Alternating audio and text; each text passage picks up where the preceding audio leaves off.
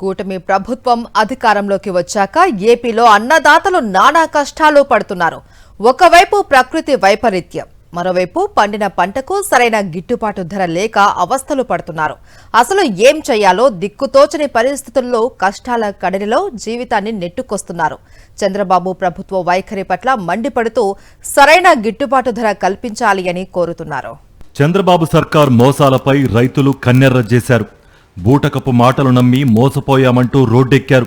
తమ బతుకులతో చంద్రబాబు చదరంగం ఆడుతున్నారంటూ ఆక్రోశించారు. కనీస మద్దతు ధర కల్పించాలని డిమాండ్ చేశారు. కనీస మద్దతు ధర కల్పించాలని విజయవాడలోని ఏపీ మార్క్ఫెడ్ కార్యాలయాన్ని రైతులు ముట్టడించారు.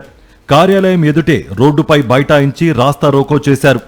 మొక్కజొన్న పంటకు ధర లేదని, కొనేవారు లేక తీవ్రంగా నష్టపోతున్నామంటూ ఆవేదన వ్యక్తం చేశారు. ఆదుకోవాల్సిన రాష్ట్ర ప్రభుత్వం కేంద్రానికి లేఖల పేరిట కాలయాపన చేస్తోందని మండిపడ్డారు. తక్షణమే కొనుగోలు కేంద్రాలు ఏర్పాటు చేసి కనీస మద్దతు ధరకు పంటను కొనాలని డిమాండ్ చేశారు.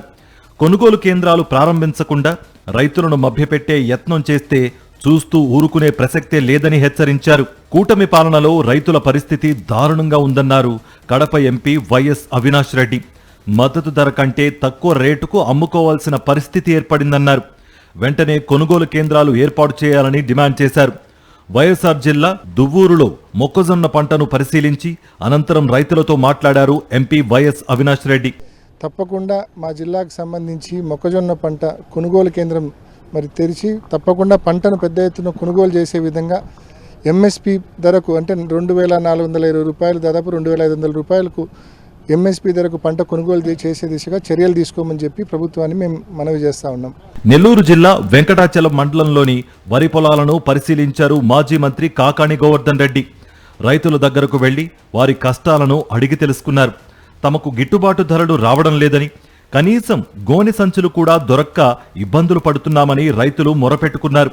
రైతు అనేటువంటి వాడు కూటమి ప్రభుత్వంలో అన్ని విధాల నానావస్థలు పడుతున్నారు. ఈ మధ్య డిఎం సివిల్ సప్లైస్ ఆఫీస్ దగ్గరికి పోయి వైఎస్ఆర్ కాంగ్రెస్ పార్టీ పోరాటం చేస్తే హడావిడిగా ఒక మంత్రిని పంపించారు. ఆ మంత్రి వచ్చినటువంటి పర్యటన కూడా నీరుగార్చి అంతా బాగుంది అన్నట్టుగా ఒక భ్రమ సృష్టించి ఈరోజు వెళ్ళిపోయేటువంటి పరిస్థితుల్లో అన్ని విధాల రైతులకు అన్యాయం జరుగుతుంది. రైతులు మోసపోతున్నారు. కాబట్టి వైఎస్ఆర్ కాంగ్రెస్ పార్టీ పక్షాన రైతులకు అండగా నిలవాలనేటువంటి ఆలోచన చేశాం. మరోవైపు చిత్తూరు జిల్లా మామిడి రైతులు కూడా రోడ్డెక్కారు.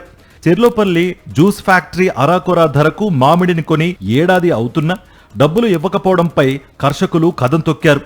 బకాయి బిల్లులు తక్షణం చెల్లించాలని నిరసన వ్యక్తం చేశారు. చిత్తూరు జిల్లా వ్యాప్తంగా ఉన్న రైతులు తరలివచ్చి ఫ్యాక్టరీని చుట్టుముట్టి ఆగ్రహం వ్యక్తం చేశారు. అప్పు చేసి పంటకు పెట్టుబడి పెట్టామని, వడ్డీలు పెరుగుతున్నా ఫ్యాక్టరీ యాజమాన్యం కనికరించడం లేదని ఆవేదన వ్యక్తం చేశారు.